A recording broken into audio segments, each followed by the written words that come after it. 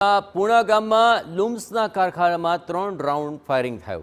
બપોરના સમયે લોકો વચ્ચે 3 રાઉન્ડ ફાયરિંગથી ચકચાર મચી ગઈ। અહીં પૂણા ગામના ભાગ્યોદય ઇન્ડસ્ટ્રીમાં પહેલા માળે આ બનાવ બન્યો હતો। કારખાનાના જૂના કારીગરે ફાયરિંગ કર્યું હોવાનું આવ્યું છે સામે, જ્યાં લુમ્સ કારખાનામાં કારીગરે માલિક સાથે માથાકૂટ કરી હતી। બોલાચાલી બાદ અહીં કારીગરે રિવોલ્વરથી હવામાં ફાયરિંગ કર્યું હતું।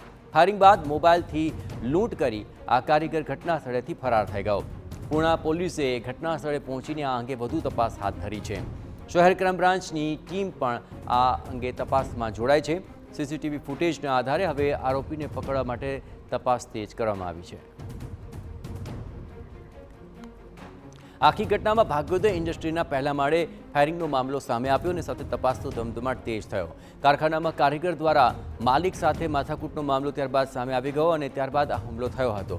જોકે ફાયરિંગ બાદ મોબાઈલની લૂંટ કરી કારીગર ત્યાંથી ફરાર થઈ ગયો છે અને તેને લઈને ફરિયાદ દાખલ થતાં પૂણા પોલીસે ઘટના સ્થળે પહોંચીને આ મામલે તપાસ હવે શરૂ કરી છે। આપને પણ જણાવીએ કે અહીં પૂણા ગામમાં લુમ્સના કારખાનામાં 3 રાઉન્ડ ફાયરિંગ થયું હતું અને તેને લઈને આ તપાસ હાથ ધરાઈ છે, જ્યાં ભાગ્યોદય ઇન્ડસ્ટ્રીઝની અંદર માલિક અને કારીગર વચ્ચે બોલાચાલી થઈ અને મામલો એટલો ઉગ્ર બની ગયો કે તેમાં ફાયરિંગની ઘટનાને અંજામ થયો અને આ તમામ બાબતોને લઈને હવે એ કારીગરને પકડવાની તજવીજ હાથ ધરવામાં આવી છે, કારણ કે ફાયરિંગ બાદ મોબાઈલની લૂંટ કરીને કારીગર ત્યાંથી ફરાર થઈ ગયો છે, જેને લઈને પૂણા પોલીસે આ અંગે તપાસ હાથ ધરી છે।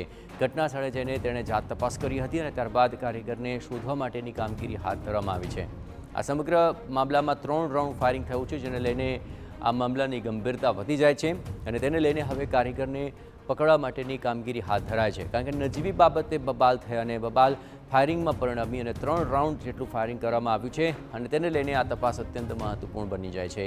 પૂણા પોલીસે ઘટના સ્થળે પહોંચીને ત્યાં લોકોની પણ પૂછતાછ કરી હતી કે આખરે મામલો શું છે, પણ એક સામાન્ય બબાલ હતી અને તેની અંદર આ પ્રકારે ફાયરિંગની ઘટનાને અંજામ મળ્યો હોવાની વિગતો મળી રહી છે। પણ કયા મામલાને લઈને આ બોલાચાલી થઈ અને સુરતના પૂણા ગામ વિસ્તારમાં એક સાડીના જે કારખાનું છે, જે ભાગ્યોદય ઇન્ડસ્ટ્રી છે, તેના પહેલા માળે જે સાડીનું જે કારખાનું ચાલી રહ્યું હતું ને તે દરમિયાન 2 જૂના કારીગરો દ્વારા આવી અને 2 રાઉન્ડ જે ફાયરિંગ કર્યા હોવાની જે ઘટના સામે આવી છે। અત્યારે પોલીસ છે તે ઘટના સ્થળે પહોંચી છે। સીધા દ્રશ્યો જે રીતે જોઈ શકાય છે કે પૂણા પોલીસ સહિતના ટીમની જે પોલીસ છે તે અહીંયા પહોંચી છે અને જે તપાસ કરવામાં આવી રહી છે।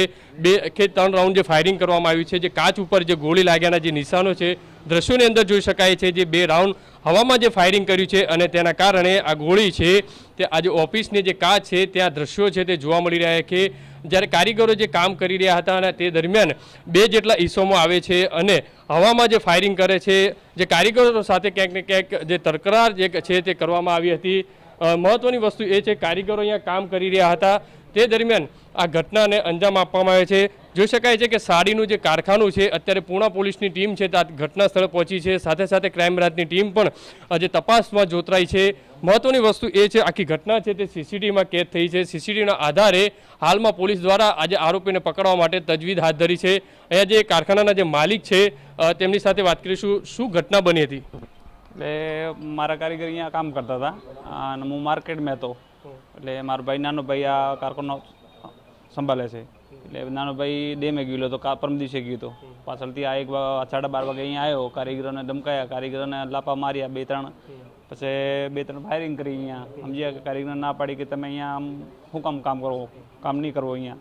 અને પછી ધમકી આપીને ગયું કારીગરોને કે તમારે અહીંયા કામ નહીં કરીને મારે નાખીશ, બરાબર। અને પછી પાછી કે તમારા શેઠને કહી દેજો કે 10 લાખ રૂપિયા લઈ આવે, નહીં તો હું બી પાછો આવું અઠવાડિયામાં। આ કોણ હતું? તમે ઓળખી અગાઉ કામ કરી ચૂક્યા એવું કંઈ? 1.5 વર્ષ પહેલાં મારે અહીંયા કામ કરીને ગયું છે, 1-1.5 મહિનો। એટલે કારીગર આપસમાં 2 મત આપણને ઝઘડી ગયા હતા, એટલે મેં બધાની 2ને બહાર મૂકી દીધા। મેં ભાઈ તમે અહીંયા ઝઘડો છો એટલે બહાર તમે વ્યા જાઓ, આપણે ઝઘડાવાળું કામ નથી અહીંયા। કોઈ દુશ્મની લાગે છે અથવા તો હાના માટે ફાયરિંગ કર્યું? પ્રાથમિક અદાવત રાખીને આજે ધાક ધમકી આપવા માટે અહીંયા આવેલા અને એની અંદર 3 થી 4 રાઉન્ડ ફાયરિંગ કરવામાં આવેલ છે। ફાયરિંગની અંદર કોઈ ઈજાગ્રસ્ત થયા હોય? કારણ કે જે રીતે ફાયરિંગમાં સીસીટીવીમાં આખી ઘટના કેદ થઈ છે। ના, ફાયરિંગની અંદર કોઈને ઈજા કે કોઈ થયેલ નથી। તો સાહેબ અત્યારે કઈ રીતે તપાસ? આરોપીને પકડાયા છે કે કઈ રીતે ટીમો બનાવી છે? કેટલી ગંભીર બાબત? આરોપીની સીસીટીવી આધારે અને એના જે એના આઈડી પ્રૂફ આધારે અને મોબાઈલ આધારે હાલમાં અત્યારની પોલીસે પોસ્ટની 3 અલગ અલગ ટીમો બનાવી અને તપાસ હાથ ધરવામાં આવેલ છે। જે રીતે દ્રશ્યોની અંદર જોઈ શકાય છે, હાલમાં ઘટના સ્થળે પોલીસ પહોંચી છે અને તપાસ છે તે કરવામાં આવી રહી છે. મહત્વની વસ્તુ એ છે 3 થી 4 રાઉન્ડ જેટલું જે ફાયરિંગ કરવામાં આવ્યું છે અને આ જ કારખાનાની અંદર એક જે કારીગર હતો, જે જૂનું કામ કરતો હતો અને કારીગરોને ધમકાવવામાં આવ્યું છે કે હવે આ કારખાનાની અંદર કામ ન કરતા. હાલમાં તો પૂણા પોલીસ અને જે ક્રાઇમ બ્રાન્ચની જે ટીમો છે તે આરોપીને પકડવા માટે તજવીજ હાથ ધરી છે. કેમેરામેન સંજય ચંડલ સાથે બલદેવ સુથાર, TV9 સુરત.